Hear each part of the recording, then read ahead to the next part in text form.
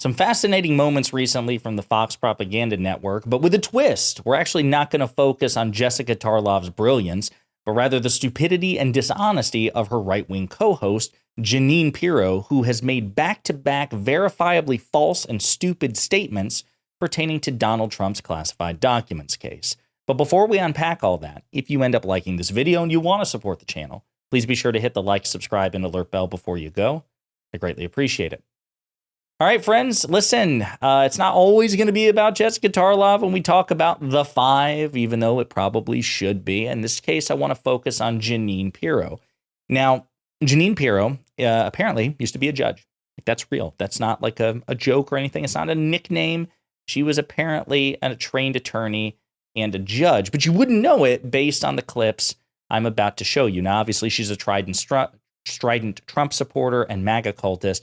But this is what she had to say in back-to-back statements regarding Donald Trump's Mar-a-Lago documents case. So to a person, the Democrats spent the whole day saying Donald Trump obstructed.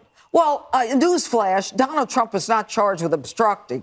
And Jeanine, no, we're going to have to revoke that judge title. You don't deserve it because, as a matter of fact, in the Mar-a-Lago documents case, Donald Trump was indeed charged with conspiracy to obstruct justice. You can find it on page 38 of the superseding indictment. Count 33, conspiracy to obstruct justice. The general allegations of the superseding indictment are re-alleged and fully incorporated here by reference. Conspiracy and its object, and it goes into vivid detail. Donald J. Trump did knowingly combine, conspire, confederate, and agree with each other and others known and unknown to the grand jury to engage in misleading conduct towards another person and corruptly persuade another person to withhold a record, document, or other object from an official proceeding in violation of 18 U.S.C. blah, blah, blah, blah.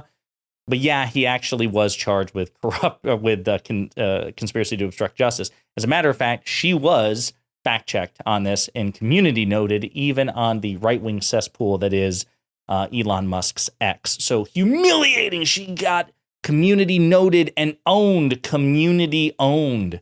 Donald Trump has been charged with conspiracy to obstruct justice in the Florida documents case and conspiracy to obstruct justice, an official proceeding in the January 6th case. Okay, so again, just factually wrong, super awkward for a trained attorney and judge like Jeanine Pirro. But wait, there's more. She just couldn't stop herself. She couldn't help herself. She had to be dishonest once again on the very same topic, Donald Trump's documents case. this is the same thing that's going on in Florida. You've got Jack Smith who wants to charge Donald Trump with obstruction. You can only be charged with obstruction if there is an underlying crime. Possession of a presidential record is not a crime. It belongs to the president. The president at any time can access those records. So obstruction only applies if there's a crime. There is no crime.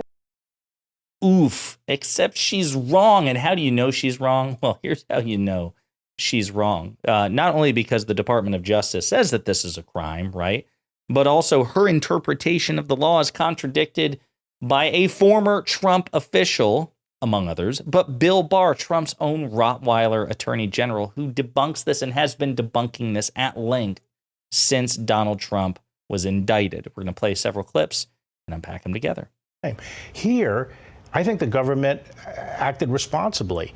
They gave him every opportunity to return those documents. They acted with restraint. They were very deferential to him, and they were very patient. They talked to him for almost a year to try to get those documents, and he jerked them around. They finally went to a subpoena, and what did he do? According to the government, he lied and obstructed that subpoena. And then they did a search, and they found a lot more documents. And they're not even, I don't think they're even sure now whether they have everything. So that was Bill Barr recapping the situation, shooting back on this idea that, Donald Trump was treated unfairly. Then with respect to the notion that Donald Trump as president, even though he's not president now and was not president when he was indicted, he was a former president. Now, Jeanine is too stupid and dishonest and too cultish to recognize the distinction.